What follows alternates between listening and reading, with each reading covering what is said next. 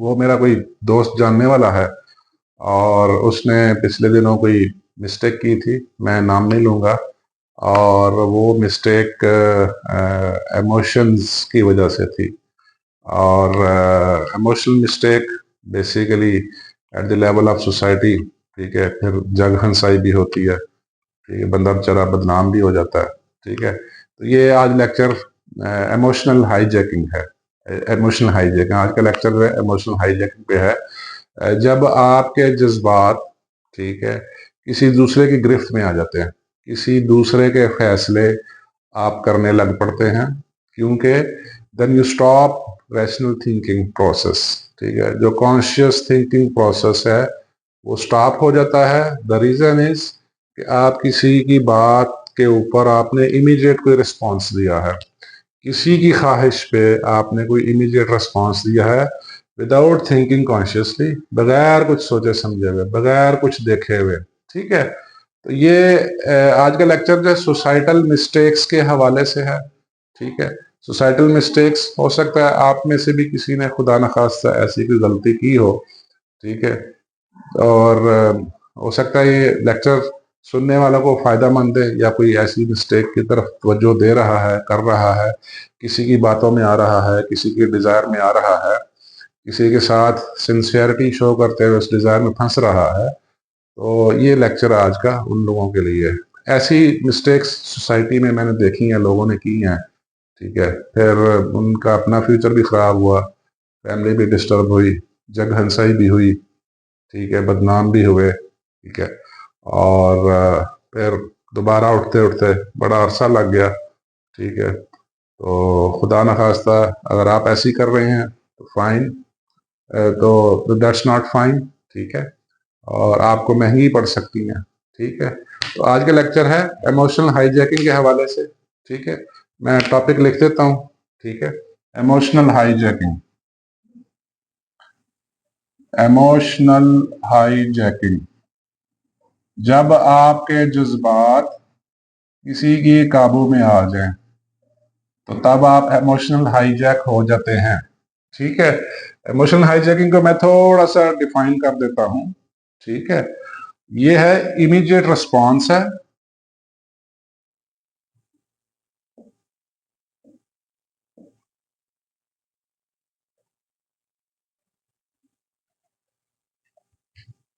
Against a situation, किसी सूरत हाल को देखते हुए आप कोई फैसला करते हैं।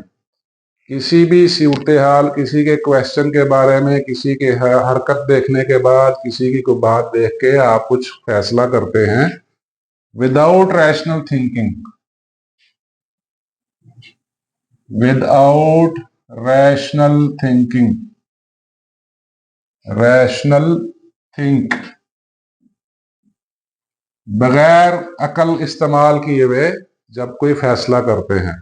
ठीक है, ये होती है इमोशनल हाईजैकिंग। इसमें आपके इमोशंस ट्रिगर हो जाते हैं किसी की को बात की सिचुएशन देख के, और उस पर बिना सोचे समझे आप कोई गलत फैसला कर देते हैं, यानी विदाउट रैशनल थिंकिंग।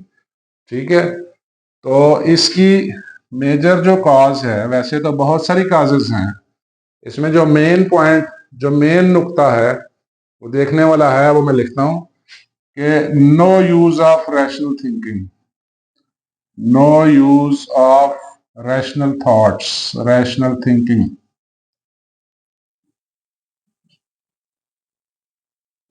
ठीक है, आपने अकल से फैसला नहीं किया, आपने अपने दिमाग से नहीं सोचा समझा, आपने जज्बात की बुनियाद पे फैसला किया है, क्योंकि आपके इमोशंस ट्रिगर हो गए, इमोशंस ट्रिगरिंग।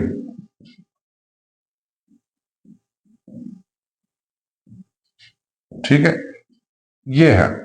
ठीक है, अच्छा, अब मैं आता हूं इसकी रूट काजेस की तरफ। ठीक है, इसकी ना काफी सारे रूट काजेस हैं। ठीक है, लेकिन हम चीदा चीदा डिस्कस करेंगे। ठीक है, इसकी जो रूट काजेस हैं उसमें चीदा चीदा हम लिखते जाएंगे। इसमें पहली ग्रीड हो सकती है, ग्रीड और लस्ट, ठीक है। यानी आपके अंदर कोई हिडन ग्रीड और लस्ट मौजूद था और फिर वैसी सिचुएशन आई और उस सिचुएशन ने आपकी रैशनल थॉट्स पे कब्जा कर लिया और आपने गलत फैसला कर दिया, ठीक है। ग्रीड और लस्ट हिडन, आपके अंदर कुछ था, ठीक है। फेल्स डिजायर दूसरा है, या हिडन डिजायर,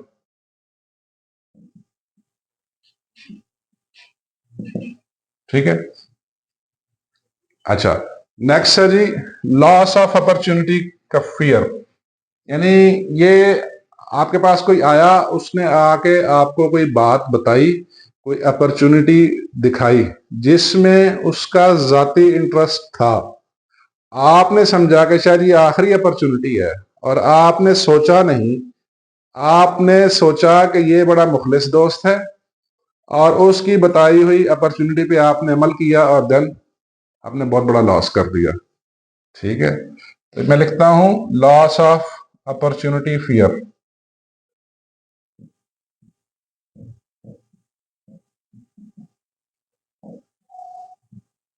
आपने सोचा कि शायद ये अपॉर्चुनिटी दोबारा ना आए, ठीक है। देखिए ये इनकी रूट काजेज हैं। आप में कोई ग्रीड या लस्ट ऑलरेडी मौजूद था, ठीक है, और या कोई फैल्स डिजायर या हिडन डिजायर वैसी छुपी हुई थी जिस किस्म की सिचुएशन आपके सामने आई, और जो सिचुएशन आपके सामने लेके आया उसको फौरन बिना सोचे समझे आपने उस पर अमल कर दिया, क्योंकि डिजायर लेकिन आपके अंदर थी, वो ग्रीड या लस्ट आपके अंदर मौजूद था। ये हो नहीं सकता कि आपके अंदर ग्रीड या लस्ट हो और आपने उसके बिना फैसला कर लिया। असल root cause greed, lust, false desire, hidden desire हैं। लॉस ऑफ अपॉर्चुनिटी फियर है, यानी कहीं आखिरी मौका ना हो, ठीक है। ओवर सिंसियरिटी,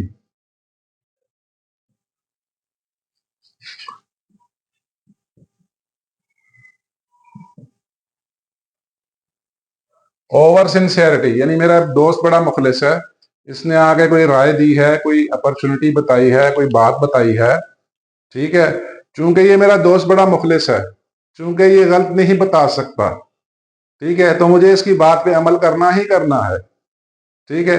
आपने without using your thoughts, without conscious decision आपने उसकी बात पे अमल किया, यानी ओवर सिंसियरिटी, ठीक है। तो वो ओवर सिंसियरिटी एक रूट काज है जो आपके अंदर मौजूद थी उस दोस्त के हवाले से, राइट।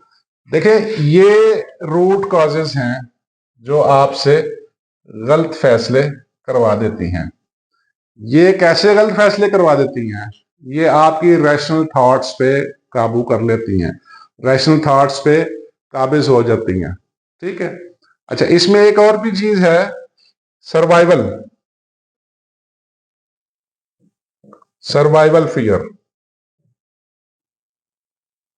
ठीक है, या इनसिक्योरिटी। मैं स्लैश इनसिक्योरिटी कर देता हूं।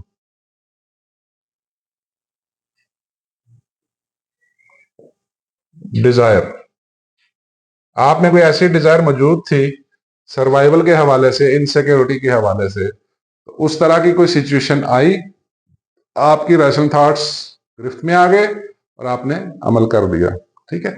ये है इसकी रूट काजेस, ठीक है।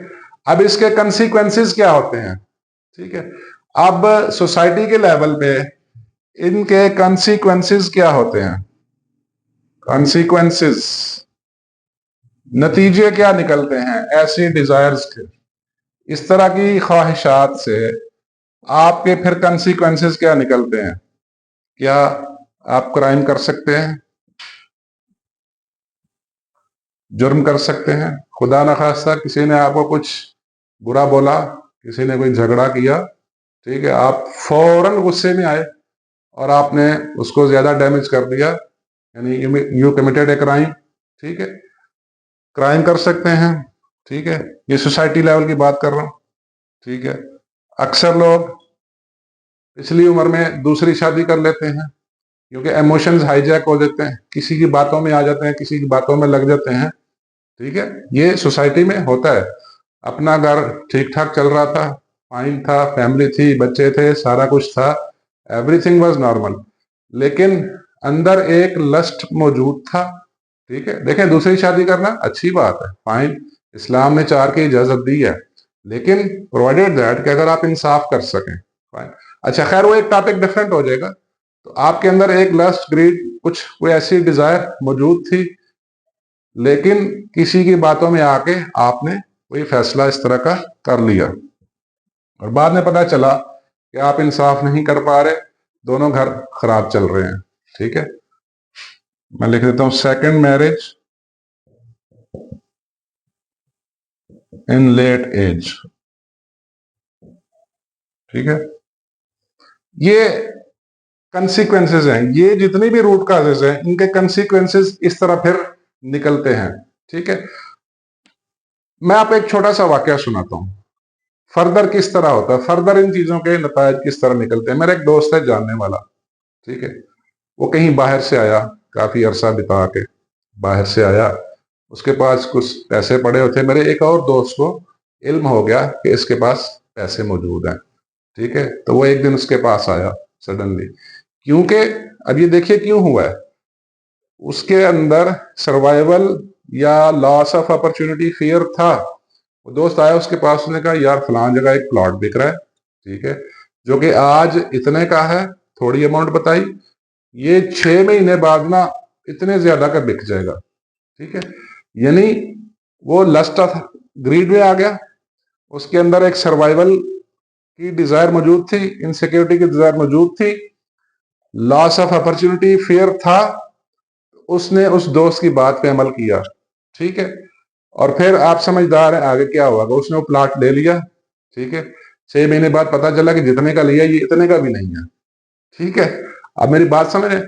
मैं नाम नहीं लेना चाहता, बट ये फैक्ट है, ये फैक्ट वाकया है, मेरा आंखों देखा हुआ क्या है।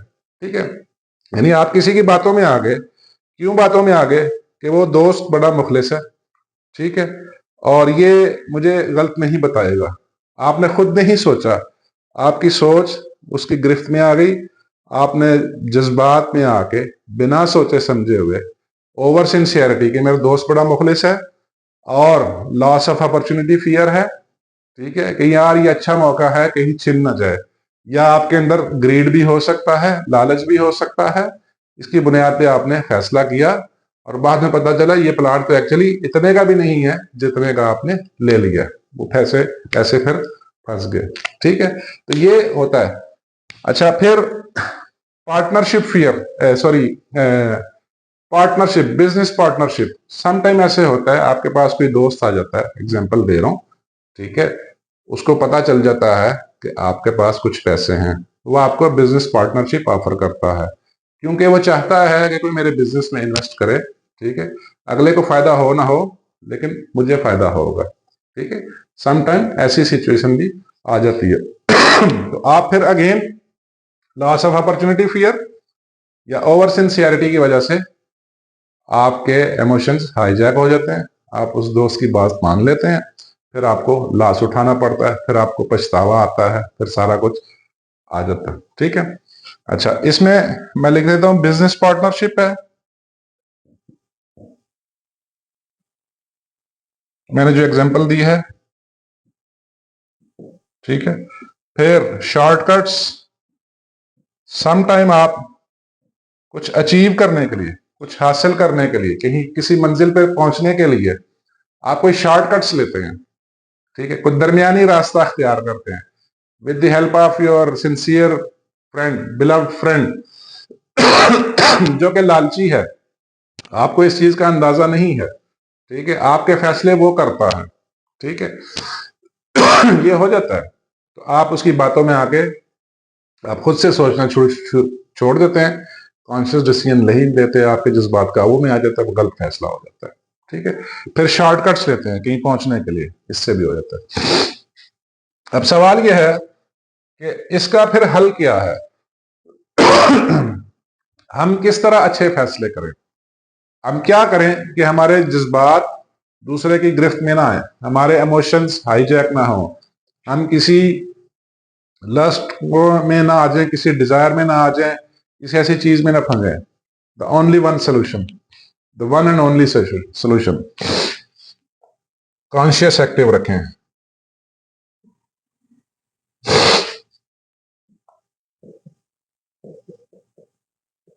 अपना कॉन्शियस हमेशा एक्टिव रखें, ठीक है।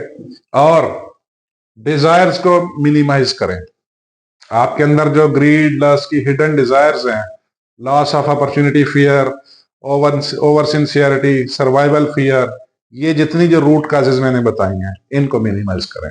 और द मोस्ट इंपॉर्टेंट, कॉन्शियस हमेशा एक्टिव रखें, चाहे कोई भी है, आपका मुखलिस दोस्त है, भाई है, रिश्तेदार है, गली मोहल्ले में है, कुछ भी है, अपना कॉन्शियस हमेशा एक्टिव रखें, ठीक है। ऐसे फैसलों से इमोशनल डिसीजन से फिर आपको बहुत ज्यादा नुकसान होगा। बहुत शुक्रिया जनाब, थैंक यू वेरी मच।